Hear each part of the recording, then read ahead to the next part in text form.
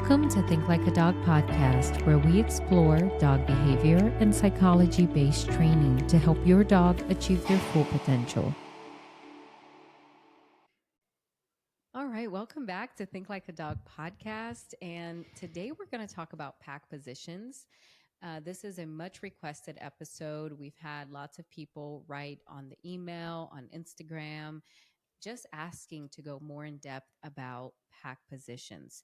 So if you've listened to previous episodes, we briefly talked about it, the front, middle, and the back of the pack dogs. What does that mean? And how does that play into your dog's behaviors so you can guide them the right way, go into training, so that you really tackle the problems that they have and you understand more about their behaviors. So, Millie, can you go more in depth or give us a brief description about the front, middle, and back?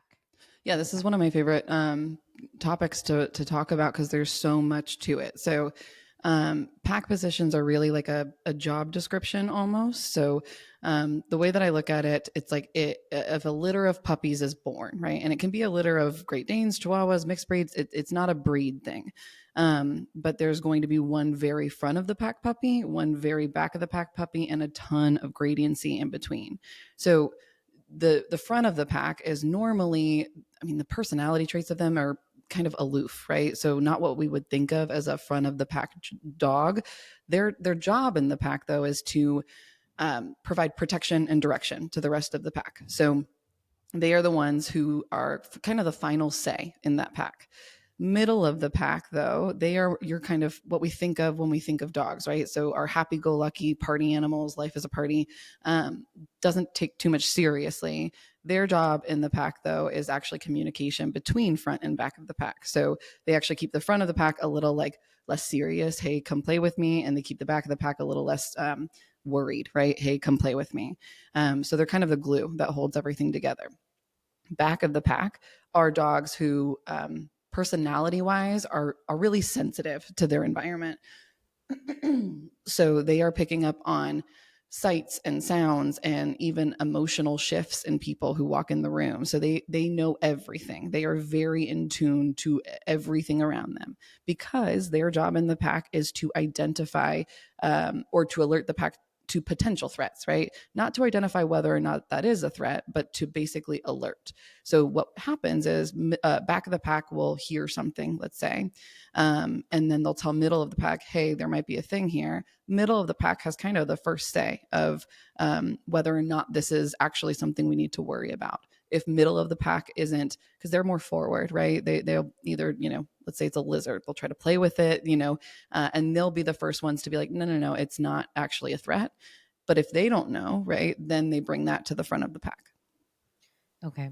So with the pack positions, is this all dogs? It's just that in their instinctual traits, just who they are as dogs, they all are born with these characteristics?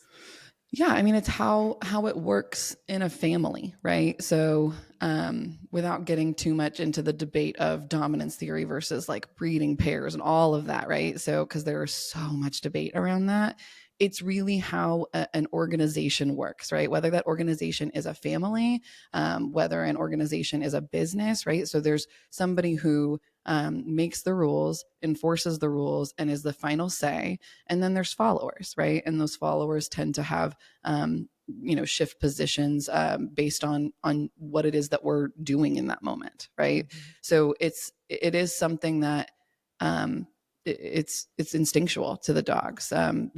My dog Kemper is I would say middle back of the pack. And like I said, there's a ton of gradiency. So it's not, and they can shift, right? Depending on the dog that they're with.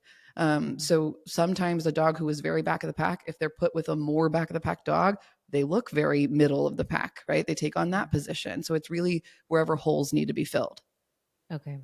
So with behavioral problems within each position, would you say back of the pack is the more reactive dogs and then middle of the pack is the happy-go-lucky? And then how would you describe in a few words like the behavioral problems that you usually see within each pack position? In a few words, or can I use, because now I feel like I am very limited. Oh, no. Use Because it's all the not going to words be a you few want. words. You just told me I spend the whole podcast talking. So, okay. So, back of the pack are the ones that we most of the time see for, honestly, those are 95% of my dogs that I see, especially for reactivity. The reason being is most of the time those dogs are trying to fill a front of the pack position, but they're very, very bad at it. Our back of the pack dogs, very sensitive. They can be, when unbalanced, very fearful, very timid, reactionary. And then humans, because we are who we are, tend to nurture that. And so then our back of the pack dogs go, okay, well, you're not front of the pack. So now I have to be front of the pack. And they're bad at that job. That's just not what they're meant to do. I think of it as like, imagine the most timid person you know, and then imagine them as the CEO of a Fortune 500 company, right? Like they are going to be really impulsive and reactionary and stressed out because they are constantly worried about the decisions they're making, right? Mm-hmm. Middle of the pack, though, I do see probably second most to our back of the pack dogs that are going to run out into the middle of the road, right? And or jump on the stove, right? They just don't care about boundaries. They're going to do things that actively get themselves hurt, right? Where back of the pack is going to be more guarded over themselves. Middle of the pack is going to be more like, your 2-year-old drawing on the wall kind of thing, right? They just don't care and they're not thinking through things. They're just going with it and kind of partying. I very rarely, and honestly, I debate whether or not I have ever seen a front of the pack dog for behavioral issues. I don't Front of know the that pack. I have. Yeah, a front of the pack. Just because, which I didn't say earlier, but our front of the pack dogs are, like I said, aloof. They're not bossy. They're not in everybody's business. A lot of people think that their back of the pack dog is actually very front of the pack, but the front of the pack dogs are more of like this cool, calm, collected, right? They just don't care about much. They can't sweat the small stuff because, I mean, think about it, right? If you are the leader, you can't be worried about. A good leader doesn't micromanage everything, right? Mm-hmm. You can't be worried about every little thing, but the big things, you're going to put your foot down, and you're also going to trust your team to kind of bring things to you that need your advice. But the front of the pack dogs, they don't come off like what most people think of as your leaders. Mm. So you would say the front of the pack kind of dogs, if you have a group of dogs, that dog is going to be the one more just to himself, not really involved with a lot of the playing and, involved with a lot of dogs in that moment. He would just be off to themselves. Is that what you? Yeah, I mean, it depends, right? It depends on the environment, right? Mhm. So, I would say Bubbles is your front of the pack dog. Okay. So I would say out of all of your dogs, Bubbles is the most front. And I think when Bubbles walks in to the pack of dogs, whenever he gets dropped off for day camp, he kind of stands there and lets everybody come up and approach him, like pay their respects, kind of thing, right? And then the rest of the day, he's really not involved in much, right? He doesn't. I mean, we joke about it all the time. He kind of spends most of his day sleeping and arguing with us that he hasn't been sleeping long enough, right? He just doesn't care about much. But when it is something that he does care about, he's going to put his foot down, and that's where the fights have happened, right? Mhm. I wouldn't say Bubbles is like super front. I think he's more middle than he is front. But I mean, out of all of these dogs, they just, I mean, they're going to be the least involved in things. They're going to be the calmest ones, maybe not off to the side. They're not avoiding things, but they're not involving themselves in every single conversation in the room. Got it. Okay. Now, pack positions in regards to other dogs versus pack positions in regards to the human world. How does that change? Um, because you just said, when it can shift too. The dog can shift in positions when they're in different environments. Like I would say, I don't know, I always thought Bubs, like when he's with our dogs, in our group, and Max is his trigger because Max is middle of the pack, Chaotic. right? Is Max's he? name should have been Chaos. Yeah. Yes. He's just middle of the pack dog, would you Max say? is like, 100%. Yeah, he is the epitome of a middle of the pack dog. See, I have an Epitome. example of each Yeah. position. So if you Yeah. Yeah. guys want to go in Yep. our follow our dogs, just you have great examples. Yep. But he does get very annoyed with Max. So when Max has this big reaction of jumping, barking, lunging, trying to get the ball out of our hands, I mean, that sets Bubbles off. And he kind of body slams Max to, uh oh, Mm-hmm. there you go. He just body slams Max and thinks that he needs to correct that. Yeah. So at that moment, for me, it just, that when he's with our dogs, he's very much reactive went to those playing, But situations when that, I Max. mean, that shows you the difference in the switch, right? Because Mhm. like at the center, he is a true what I would call a front of the pack dog because he trusts me to actually put my foot down, right? So Mhm. at the end of the day, I'm the front of the pack, right? Yeah. Whether I walk in the center or it's my dogs at home or I am doing a training session, my job is to not only be the front of the pack, but teach the human I'm working with to be the front of the pack. Behavioral issues happen because we don't fill that role. So Bubbles, when there's chaos, and there has been chaos at the center when Bubbles is in the room, and he looks to us. Okay, what are you going to do about that? Because at the Yeah. end of the day, most dogs aren't looking for conflict, right? They're going to look for ways out of conflict. If you offer them a way out of it, they're going to take it. But it Mhm. does change based on who is around, right? Like, I mean, it's different for every relationship, right? And that's the whole thing with dominance too, is I don't even think of dominance as a personality trait. I think of it as a relationship based trait that can change in every relationship and sometimes in every moment, right? So with me and Sarah, we both run this business. There are, when it comes to the behavior side of things, she lets me lead. When it comes to any like business things, tax things, right? Filling anything that has to do with actually running a business and managing a team, right? Um, I force Sarah to take the lead, right? Yeah. So in certain moments I'm more dominant than her, in some moments she's more dominant than me, but a good relationship is built on whether or not you can defer to each other. But when it comes to like that kind of front of the pack at home with Bubbles, yeah, he's going to kind of put his foot down more because over time he's learned that things can get more chaotic at home than they are here, right? And things can get more out of control at home. And here, if things are out of control, we purposefully did that and we are actively working on bringing it down. So it's different in every moment, but at the end of the day, like I said, dogs aren't looking for conflict. And a front of the pack dog doesn't inherently mean that when they put their foot down they are going to attack. It means that when they put their foot down they're going to finish the job, right? They're going to mean it in whatever way that means. But I mean, there's also unbalanced front of the pack and balanced, right? There's, I mean, versions of each. Okay. And how would you describe like the balanced and the unbalanced? Yeah. Is that because the So, dogs you typically see are the unbalanced and you get them to become balanced, yeah. right? And Oh, they're yeah. still in their pack positions, but they're now balanced in their pack positions. Yeah. And okay, so this is something I could probably, I would stay up till 3 a.m. talking about with somebody if they let me, right? Okay. Just not necessarily teaching them, but just theorizing on this stuff. Because I think of it, there's so many different facets to it. I think of it in terms of what does an unbalanced back of the pack look like versus a balanced?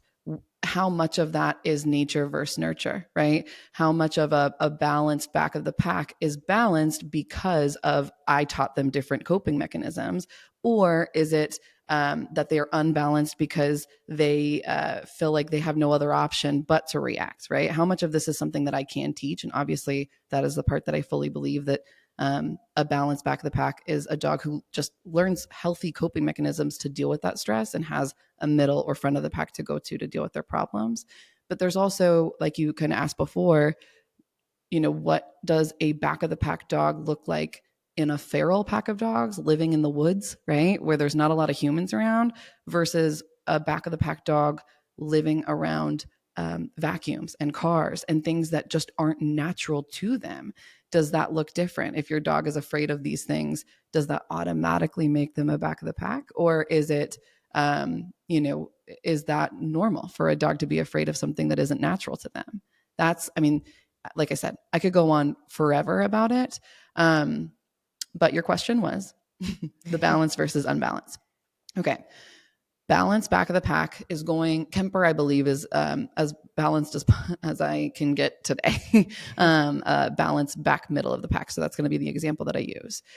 He gets scared about a lot of stuff. So I was at my good friend Jamie's house, who is also a foster for the Best Chance program, and we were sitting on the porch, and we had I think 6 dogs in the yard, and three of them were Best Chance dogs. And we ordered pizza. They pulled down the driveway, and you got to kind of see how that worked, right? Mm-hmm. So Brick and Sandy were in the middle, right, trying to figure out how to play with this person. Albie was in the middle as well. Bear was in the front, really ready to deal with it if he needed to, and Kemper was all the way in the back barking, right? But he was barking and then ran to me. So that's a balance. To me, that's a balance back of the pack. A dog who goes, hey, that's a thing. What do I do about it? Right. Mm-hmm.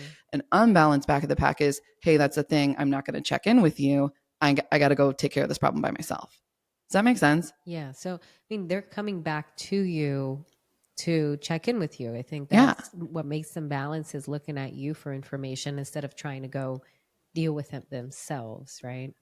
I guess a balanced dog is a dog who knows who they are, right? Mm-hmm. And is comfortable being who they are, and is in an environment or a family who accepts them for who they are and fills in the gaps for who they aren't, right? Mm-hmm. And that's really what I try to be for a lot of these dogs is, with Kemper, he's not, as much as I wanted him to be, he's not this happy-go-lucky and he's going to get along with everybody. I'm sure clients who listen have had Kemper bark at them in the parking lot sometimes, right? If they're, yeah, he did at you. Yeah, I forgot about that. Yeah. He was like, he gets nervous about things. He really gets in his own head. So I have worked from day one with him of defer to me. You don't have to go and be that dog who loves everybody, right? Just stay by my side. So and that's the same with middle of the pack. A middle of the pack dog who's balanced is a dog who has the avenues to be this kind of life as a party goofy dog, but also knows how to reel it in, because a middle of the pack dog who's unbalanced can be a safety risk for the rest of the pack, right? If they're going everywhere and, missing communication cues from back of the pack, or obviously running in the middle of the road, they can be a really big risk. But if that dog is reeled in a little bit and given avenues to be who they are, that's a balanced back of the pack. So and the one thing that I don't know that I have ever figured out is what an unbalanced front of the pack looks like, just because I don't know that I've ever seen one, because they just don't care about enough. Got it. And now that I think about it, you can actually put a lot of humans in those categories too. Oh yeah. And it can switch, right? It can totally switch depending on the situation. I mean, with this podcast, you are more front of the pack, right? When it comes to the figuring how you are figuring out, have I ever uploaded any of these episodes to anything? No, that's true. No.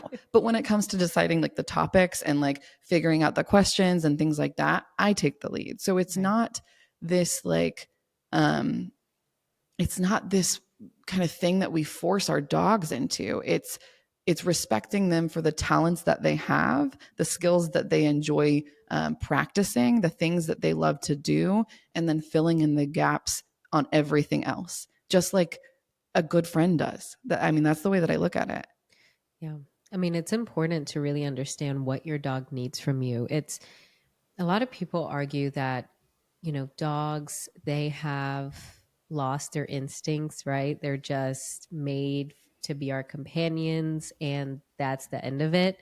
As long as you give them lots of love and cuddles and everything that they want, all will be fine. And time again, that is proven wrong, because it used to be me, and I proved myself wrong.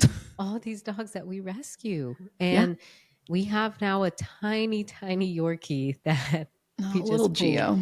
He's ridiculously small. He's tiny. I haven't met Weighs him yet. absolutely nothing. Yeah.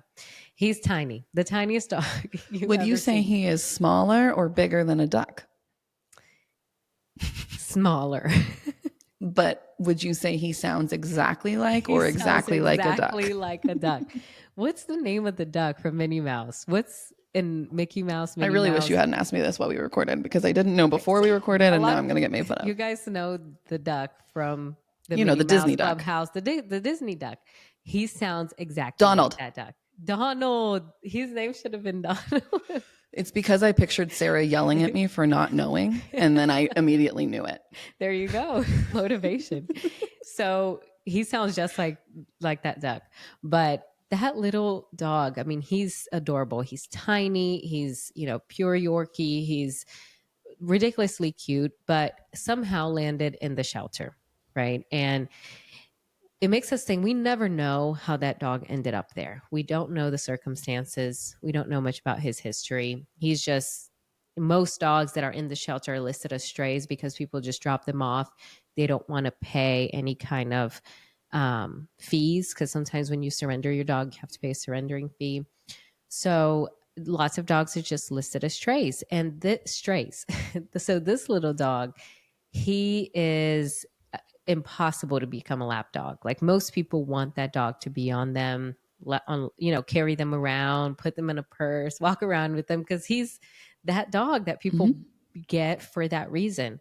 And he does not need that. Like that, he can't handle that. In other words, like he just can't. He is constantly overstimulated. He's constantly wanting to be part of everything. If he sees a dog's playing, he needs to be part of that, and he gets crazy. Like he doesn't know how to play properly. He starts to bite the other dogs on their legs. Like he just doesn't know how to control his emotions, and he has Neither this do I. lack of.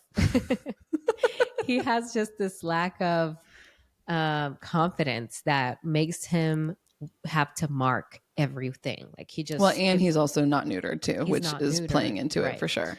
But when he starts to learn, like I'm doing a lot of tethering on place Which is perfect. all the time. We can't let him walk around loose. For 1 second, I'll turn around. He's peed on something. So he's staying tethered most of the time. And after a little bit, he figures it out like, oh, I don't have to deal with that. I could just lay here and relax. So I've had a lot of moments with him that he just turned his brain off and he turned into a different dog. But this little dog, if we don't place him in a home that understands what he needs, his pack Exactly. position, his talents, that he is very smart. He does great on walks. He is already conditioned to the loop. Like it wasn't even a conditioning. I just put it on. He didn't really realize it. It was there. He I just gotta walked find a around. dog who's hard to who I feel like is gonna be hard and have you condition them. Or Emily, our foster, who's now like popping loops on dogs and just working them through it. And Milo was not happy with the loop. I tried to put it on him and immediately he was like, what's this? I don't want to move. Like he froze. He didn't want anything to do with it. But Emily ended up putting it on him and making it Just work. yeah. Well, and that's like you with Rusty. I mean, remember with Rusty, I pulled up in the driveway and you had him muzzled with the loop on, and you were like, let's go train. I'm like, but you already did. You did it. You did it But already. I agree so much with what you said. You have to get to know your dog, appreciate their talents and go into that with them. If they're a little bit if they lack confidence, work on that. But, they have their talents too, where they want information, they want to learn, they love guidance. Like that's Geo for us. Like he is like every time that we're giving him guidance, his little body just gets so relaxed because most of the time he's so tense. Yeah. So And we, but yeah, sometimes at first it's not going to even look like they are mhm, enjoying the guidance, right? Like yeah, maybe the first time you tethered him, it was a struggle for him or the first couple times. So just because it's absolutely. not like this instant thing doesn't mean that it's not, I mean, regardless of what pack position he is, that is still a skill he needs to learn. He needs to know how Hmm. to do nothing. He has to. That is the most important skill for any dog to learn is how to do nothing, especially when they really want to do something and especially when there's a lot of things going on. But Absolutely. I mean, with him too, with all dogs, we might not know who he really is yet, right? It's that 333 rule of, Mm-hmm. and with a lot of people who get a dog from the shelter, they assume that the thing that the dog enjoyed at the very beginning, or quote unquote enjoyed at the very beginning, is what the dog is going to enjoy every single day for the rest of their lives. So they do one 100%. little, that's why I don't really do, like I've had rescues before. I'm not cheating on you. I've had rescues before that I met you, I promise.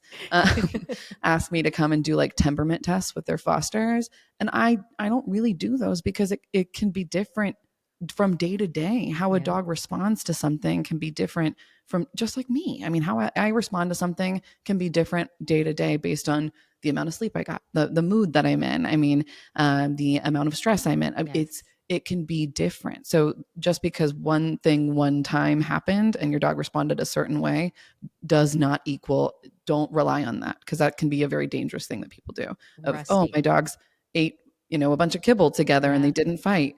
Fine. But that doesn't mean that if you do that every single day for another month, that they're not going to. 100%.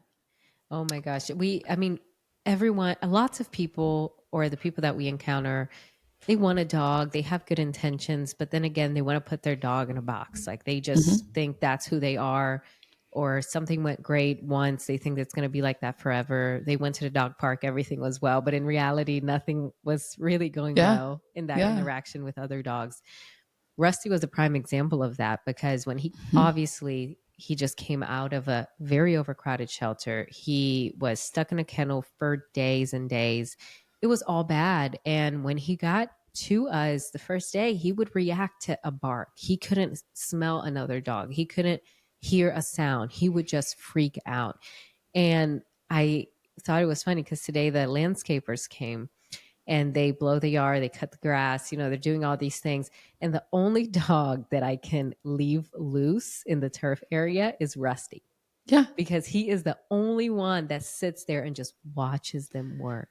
He does Yeah. not bark, he does He's not so react. good at observing now. He's He's so so good at it good. of just like, okay, well, I don't have to be involved. No, Right. he's But so no good. wonder a dog Yeah. who came from the shelter stuck in a kennel because of the insane overcrowding that we have.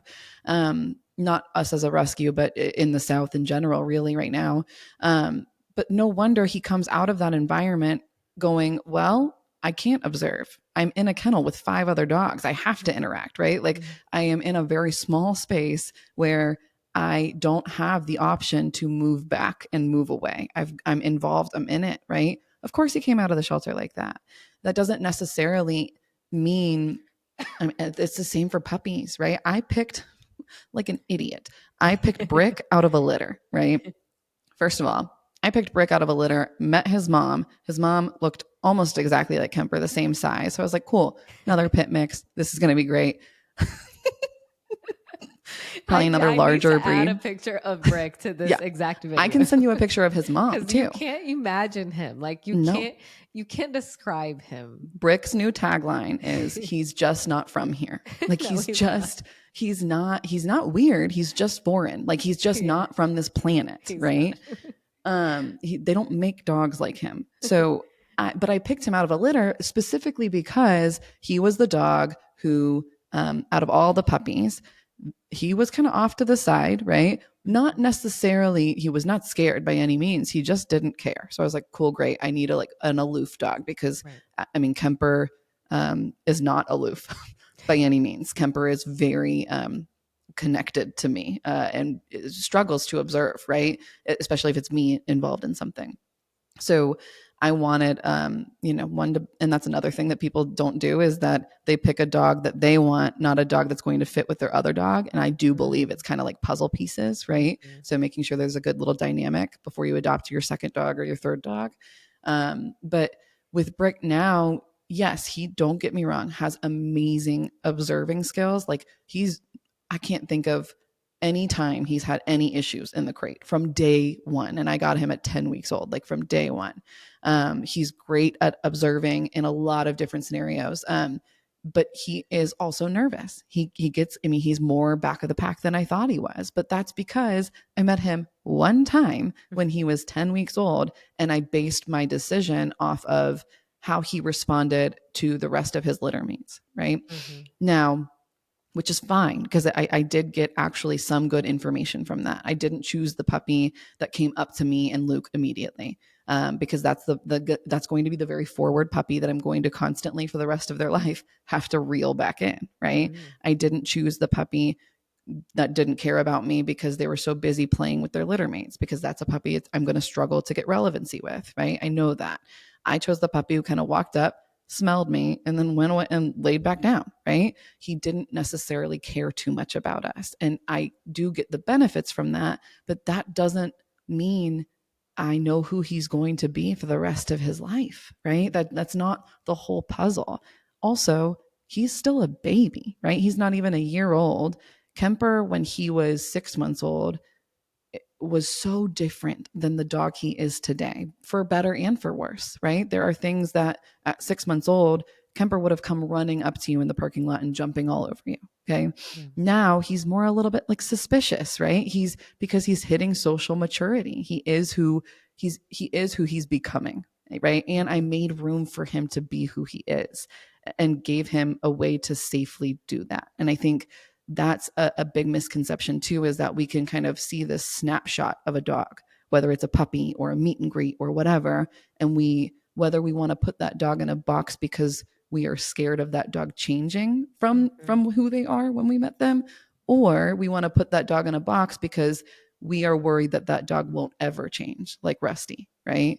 Yeah. Dogs don't, that doesn't work like that. Dogs change over time. They grow. I mean, as they get older, they have different experiences. The best thing that you can do is let them be who they are and fill in the gaps. And guide them, right, the whole Yeah. time. Have them look at you for direction. That's the most valuable thing that we've learned from you since day one is you were teaching us how to be the leader. You were teaching us how to be front of the pack. You were teaching us how to give guidance. And because of that, I'm able to get all of my dogs, regardless of their reactivity levels, their personalities, what they're like, their dislikes. I can get all of them and I can walk them. I can take them places. They know how to deal with their emotions. They know how to look at me for information. And, just having seeing all of that they all changed. I mean, as long as we've known each other, all of my dogs changed. And Seriously, they really have. Yeah. yeah, I mean, Kane is a prime example of that. How he was very closed off. And And how long did that take for before we told you, hey, he's actually starting to open up in camp? It yeah, that took was a like year. a year. Right? I Exactly. mean, Kane is the more back of the pack one, but you consistently brought him, short of like when, the season was really crazy, Hmm. consistently brought him to day camp at least once a month, right? And it took a year for us to see a dog who wouldn't just shut down on place. Obviously, we didn't let him, right? We moved him out of that, but it took a year for him to start doing that on his own because he believed it was safe to be who he Yes. was, right? Of if I want to be back of the pack, if I need to kind of take a step back and observe and defer to somebody else, I can here. I don't have to hide. There's that, and that's the difference between balanced and unbalanced. It's so important to understand that. Really quickly, just to kind of, because we're talking about this, one of our newer rescues too, Milo, he was a rehoming case because previous owner had babies and he ended up having a reaction to one of the babies. But Mm-hmm. they've had him for almost a year.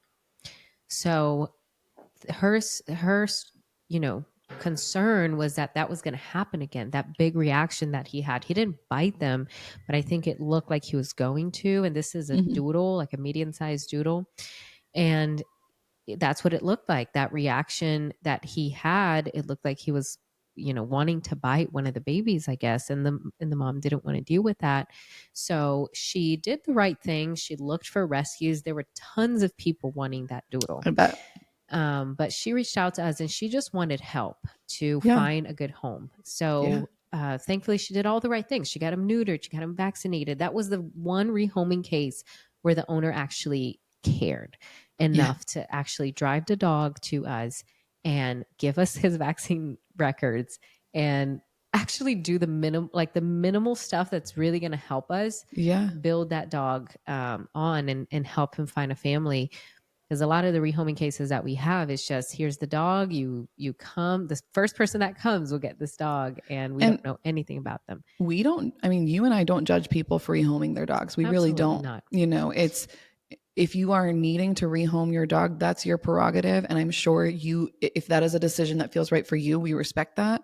But if you are looking for somebody, a rescue, to take on your dog that is not neutered, not vaccinated, and has very little skills to kind of cope with that, that's going to be more of a struggle. And I understand everyone has their limitations, but there are kind of organizations that will help you get your dog neutered for very low Yeah. cost, that will get your dog vaccinated for very low cost. I have absolutely offered free training to people who could not afford it, Yeah. so that that dog could get a new home. I've told many of my clients that who are actively working with me and also rehoming their dog, that whoever does get that dog, tell them to call me and I'll do free training sessions, because I think that one will absolutely get a rescue to take on your dog way more likely, because rescues are hurting right now too. I Yeah. mean, it takes a lot of money to neuter and spay and vaccinate, and the dental work that they have to do. And And to what get if the to know dog the is sick? dog. Yep. Yeah, I mean, it takes a lot of work. So if you do that, you do that for us, right? For your dog, not even for us. Then that allows us to, one, get your dog into a forever home a lot more easily, but two, help market your dog, right? Because obviously with the Ozzy Albies Foundation too, we're able to help kind of get a lot of dogs out there, but it's really, really hard when we're given a dog who is sick, not socialized whatsoever, never been vaccinated, not spayed or neutered. Those are the ones that it's a struggle Yep. to find them a home and to take them on just in general. Exactly. And with this situation with Mila, the owner really didn't know how, like, she put him in a box, right? That's what we're talking about here. It's like Mm-hmm. she put him in a box. She said he is reactive to kids, and she believes that he can't ever be around kids. But this was based on his nervousness around kids. But he is a very nervous dog. He doesn't like chaos. So even when he was with me for the short amount of time that he was with me, he didn't like the fast movements. He didn't like the noise of the Mm-hmm. car. He got scared of the garage door, the noise that it was making. So the crate, and he didn't have a crate. So she gave us all of the things that he had, the bed, the toys, the food bowls, everything, but Yeah. no crate. So that was never part of his life. And the first day that we introduced the crate to this dog, he just wanted to stay in the crate. He didn't want to leave the Oh, crate. He didn't want to get out. We had to give him his time. To get him out of the crate had to be where we opened the crate and gave him time to walk out and kind of let him out on his own terms. Or if we really needed him out, we had to get a lead and kind of give pressure to get him out. yeah. But he's just that nervous. So it's interesting to hear someone say, like, this dog, he's reactive around kids, he can't, and that's not him. He's just a nervous dog that really needed guidance. And Yeah. if, of course, like we talked about right now, everybody's circumstances are different. Mm-hmm. Everybody has their own issues. There's no judgment. And I really appreciate his previous owner, trying her best to give him the best possible chance. I Yeah. mean, it really meant a lot. But I saw how much she really loved him, Yeah. and I wish that she could have learned about, or had the time And some people to don't. make Yeah. it work, right? And I just think Yeah. she didn't. Yeah. But that's our big thing here, is we don't put our dogs in a box. Like, we try to figure out their personalities in our best chance program. We try to gather as much information as possible in the amount of time that they're with us. But the big component of our program is not about placing our dogs or figuring out our dogs to the T and figuring out exactly what they need or exactly the type of people that they, the home or whatever.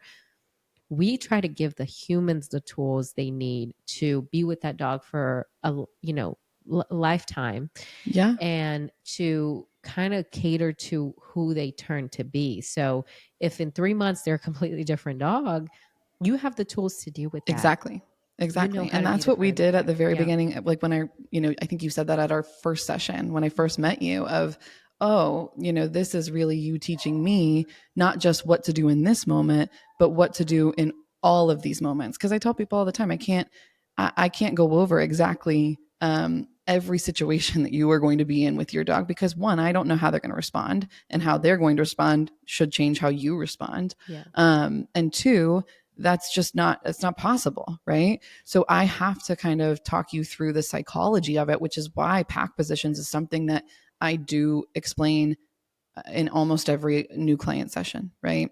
So, but it doesn't mean that dog is going to respond the same way as a front of the pack dog, or as a middle of the pack dog, or as a back of the pack dog, in every single circumstances, right? So Kemper, I believe, is mostly back of the pack, kind of middle, right?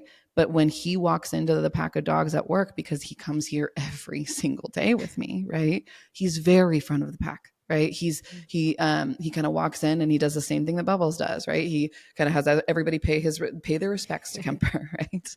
And then there's sometimes with some dogs he's more middle of the pack. With other dogs he's more back of the pack. He knows, but he's more back of the pack in the way of not shutting down and hiding from them, not back of the pack in the way of going after them and reacting to them, but back of the pack in the way of, I know if Kemper avoids a dog, that dog truly has the intent to harm, because he's smart, right? Well, oh my God, that's the only time I've ever called Kemper smart.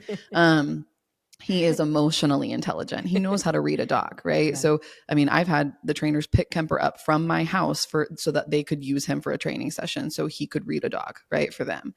So that, but the what matters is that if he does deem a dog as somebody who isn't safe to approach, he still stays by my side, right? I have that one video of him and one of my clients who had a dog reactive dog. They're walking together and the other dog goes for Kemper, and Kemper immediately looks back at me, because I'm walking behind and recording, looks back at me, and I tell him it's so, even though he said, I don't know about this dog, he still deferred to me and he didn't go after them, right? So that's the difference between a balanced and an unbalanced. But at the same time, there's many, many moments where Kemper becomes this middle of the pack almost monster, right?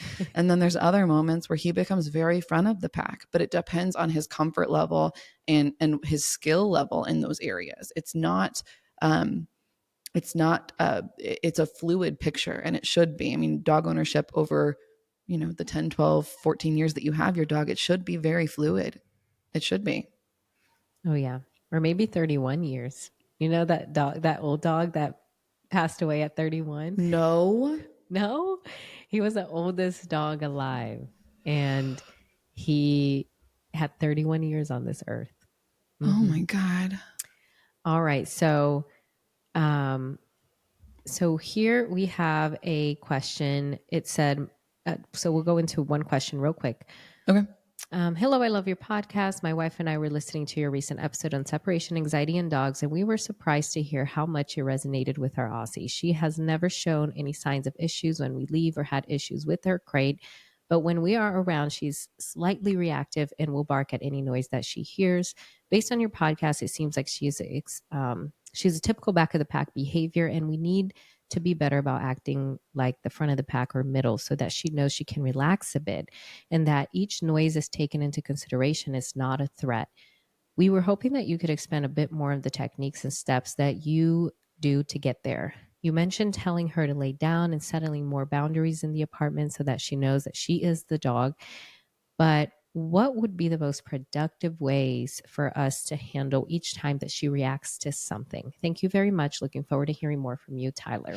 That's a great question. So the reason that I stress so much of, okay, I get a lot of questions exactly like that, where it's, what do I do given the reaction, right? What do I do when my dog is reacting on the walk? What do I do when my dog is reacting when somebody comes over or whatever?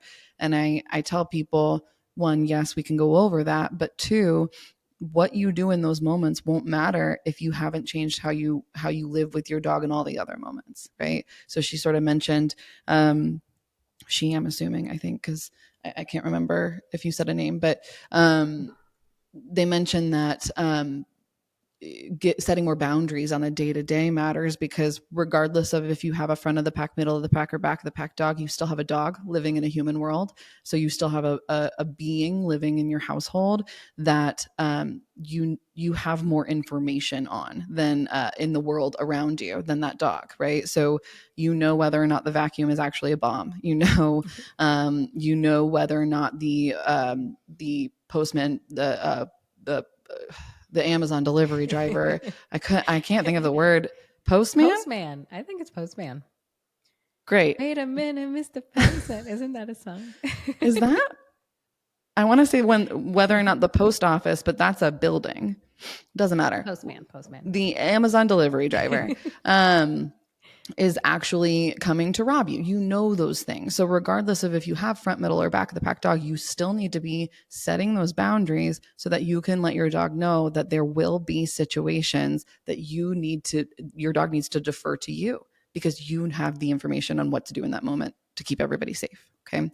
So that's why no matter who your dog is, you still need to be front of the pack compared to them. Okay. Unless you are planning on going and living with your dog in a feral pack of dogs in the woods, because then you can be middle or back if you want to, and let them take the lead. But when it comes to what to do in those reactions, first thing, stay calm. Second thing, don't comfort. Don't comfort weakness, right? You don't want to reward or reinforce a dog who is feeling nervous at all, right? Because in those moments, that dog doesn't care about your comfort. That dog wants information. When I'm nervous, I want somebody to tell me what to do, not tell me it's going to be okay. Right. So those are the times where, let's say dog is barking at the window. First thing my brain goes to, how long has the dog been standing at the window before they started barking? If I can tell the dog is standing at the window and looking for something to bark at, I'm going to go ahead and tell that dog to go lay down or go to place. Okay. If the reaction has already started, let's say that dog is in a full-blown, super intense reaction, calmly, without saying anything, get off the couch, go get a leash, put the leash on your dog, and that way you can enforce this distance away from the trigger. You can enforce place. You can enforce whatever it is that you want to ask. And what you should be asking is, hey, chill out. That's not something we really need to worry about. Obviously, you're doing that without words, though. You're doing that with space, with the skill of place, ideally. And that's why it's important to practice that before they're reacting. Not just once, but like as a lifestyle. Make sure that that's a skill that your dogs have. Because in those moments, let's say that's a full blown reaction, you tell your dog to go to place, but they've never been to place before. They're going to look at you like, okay, but I still care about the thing outside in the window, right? So the thing that matters, though, is staying calm. Don't react with them and don't comfort. So stay right in that middle, kind of super calm, confident, not in a rush to control anything, but just show them exactly what it is that you want them to do, which is let you know that there was something outside. Cool, great. That's totally their job. It's instinctual. Calmly let them know, I got you. I heard you. I see you. Now go chill out. Yeah. That keeping the lead on the dog, right, during these times while you're teaching them is so important and so helpful. I couldn't do it without actually putting, because it's such a, it's like one of those things that it just clicks. You're like, oh, that Seriously, makes that's my life everybody's reaction. easier. What? That's everybody's reaction. Nobody thinks about the leash as anything that could be potentially used inside. Easton and I are big fans of the show Portlandia, and they have this one sketch called "Put a Bird on It." And you probably don't know what that is, but I'm sure somebody listening knows that sketch. And we want to have we want to do something called like "Put a Leash on It," because there's no behavioral problem that you can give me that I can't respond with "Put a leash on the dog," and that won't help you. I mean, there's nothing that you could tell me that I wouldn't be like, yeah, a leash would help. I mean, it's going to help in every single moment for everything that you want your dog to do. A leash on your dog in those environments will never hurt you ever. Yeah, and that's your communicator, right? Yeah. That's what you're using to tell your dog it's okay. You telling your dog and petting their head, it's okay. Just it's gonna make them more nervous because Yeah. they're And it thinking, might why look like is for a this? second, right? That they're like, oh, thank God, somebody's comforting me. But how does that help them the next time? Right. I mean, Exactly. how does that help them the next time where maybe you are doing something where you can't comfort your dog in Or that they're moment? not there, right? Or Yeah. at the vet, a lot of times dogs have to stay for the night or stay for the day at the vet. How does that come for them there? How does It's, that make them more confident overall, yeah. right? Or more capable of dealing with stressful situations? Mm-hmm. It, Exactly. it doesn't. With having the leash on Geo, the little Yorkie we rescued, that I couldn't have done it without it. If I didn't know that part of, if I had never worked with you and I had this dog, right? I wouldn't know what to do. He doesn't You'd be stop. stuffing him in a purse. Yeah, for real. He does not stop. He is constantly running around. He doesn't know how to sit still. He Yeah. doesn't know how to chill out. Like he's looking for something to do. But as soon as that leash goes on and I put on pressure and I tether it and there's a communication between me and Yeah. him throughout the day, like not energy level, but his anxiety level is just start to drop. And then at the end of, by the time we get to the end of the day, he's like ready to go to sleep. He's ready Awesome. to close. He's like sleeping on his own on place. Awesome. He's laying down. I mean, dogs are smarter than we think. Like they Yeah. think they want to trick us into thinking they're freaking out and something's horrible, but Well, and it's they are because they don't know. They don't yeah, know, right? I mean, yeah, and then the second that you show them, hey, look, you can just lay here and survive. That's one, you filling in the gaps for your dog and letting them know that you have more information. You can be front of the pack for them, so they get to just be back of the pack and a healthy back of the pack. And then they start to realize, oh my God, I have been on place with whatever the sound is, happening, and for an hour, and I haven't died yet, right? Maybe I am okay. yeah, So a leash isn't something that, you're going to need for the rest of that dog's life in that situation. But when you are struggling with a certain drill or an exercise or a trigger, the leash is the way to go. absolutely. Well, I feel like we covered a lot in this episode today, Mm-hmm. and it was like I talked about in the very beginning. Many people asked for this, so I hope it was helpful. But if there's anything that we missed, please feel free to write us. The best way to reach us is by going to mirrorimagek9.com, and there is a tab there for the podcast. Once you get there, there's a guest form, there's a question form. Like you'll be able to kind of get routed to the right area that you want to go to. We're going to start having guests pretty soon. And also, also, Also, we'll have episodes of Millie and her clients. So you'll be listening to real live sessions and just get more information about that. So we'll have very different episodes coming up. So if you would like to participate in our podcast, best way to do it is also going to mirrorimagek9.com. mm-hmm. If you have any specific questions, things or problems that you are dealing with, the best way to actually get in contact with us is going to the Mirror Image website and looking to book a consultation. Because once you book that, they're going to call you and then it's going to be a conversation. It's very hard for Millie to go on the email, read a paragraph and say, okay, this is what you do. It's impossible. Like she needs a lot of information. The trainers need a lot of information. So Yep. I sometimes go on our email and I reply and I send you guys links to go on the website and book a consultation. That's just because it's the best way to do it. That's how you're going to get the answers to the questions that you have. But it's always appreciated that you guys write us Yep. and give us Keep feedback. asking us questions, because some of them we like, just like the couple ones we had today, some of them we can at least give some baseline information about. Exactly. But specific stuff, please, yes, book a consult, because we don't want to give advice that actually won't work for you. Yes. And a lot of those questions too, we save them and we drop them on the episodes too. So always feel free to write us. And if you enjoy our podcast, please take a second to rate us on Spotify or Apple Podcasts. It really means a lot to us. So thank you so much for joining us today. And don't forget, Practice makes progress. there you go. Thank you for joining us. Until next time. Make sure to follow us on Instagram at Think Like a Dog Podcast and follow at Mirror Image Canine for training tips. If you have any questions, please reach out to us via email at info@thinklikeadogpodcast.com.